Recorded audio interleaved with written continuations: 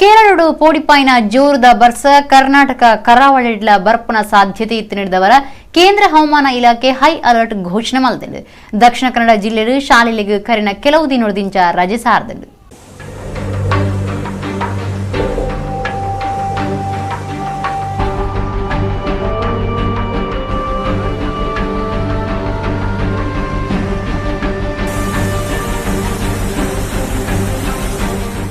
ಕೇರಳದ ವಯನಾಡು, ಕೋಝಿಕೋಡ್, ಕಣ್ಣೂರು, ಕಾಸರಗೋಡು, ಮಲಪ್ಪುರಂ, ಪಾಲಕ್ಕಾಡು, ಇಡುಕ್ಕಿ ಬುಕ ಎರ್ನಾಕುಳಂ ಜಿಲ್ಲೆಲೆಡು ನನಲ ಭಾರೀ ವರ್ಷ ಬರಿಯರೆ ಉಂಡು ಜಾಗೃತಿ ಪಂಡಿನ ಭಾರತೀಯ ಹವಾಮಾನ ಇಲಾಖೆ ರೆಡ್ ಅಲರ್ಟ್ ಘೋಷಣೆ ಮಾಡಿದೆ. ಇಡುಕ್ಕಿ ನೀರಿನೆಲತ ಪೋಡಿಗೆವಂತೆ ಕಮ್ಮಿಯಾನಗ ಮಲ್ಲ ಪೆರಿಯರ್ ಅಣೆಕಟ್ಟಡು ನೀರದ ಮಟ್ಟ ಭಾರಿ ಹೆಚ್ಚಾಗಿ ನಡೆದವರ ಸುತ್ತಮುತ್ತದ ಗ್ರಾಮದಕ್ಕಲು ಪೋಡಿದು ಪೋತಿರು ನೀರದ ಹೆಚ್ಚಿಗೆ ಮಟ್ಟ 142 ಆದಿತ್ತಿದ್ದು ಇತ್ಯಾವು 130 ಮುಟ್ಟುದುಂಡು. ಇಡೆಮುಟ್ಟ ತೀರ್ನಕಿನ ಸಂಖ್ಯೆ 45ಕ್ಕೆ ಏರಿದೆ. ಕೊಚ್ಚಿ ವಿಮಾನ ನಿಲ್ದಾಣದ್ದು ವಿಮಾನ ಸಂಚಾರ ಶನಿವಾರ ಮುಟ್ಟ ಬಂದ್ ಆತಂಡು.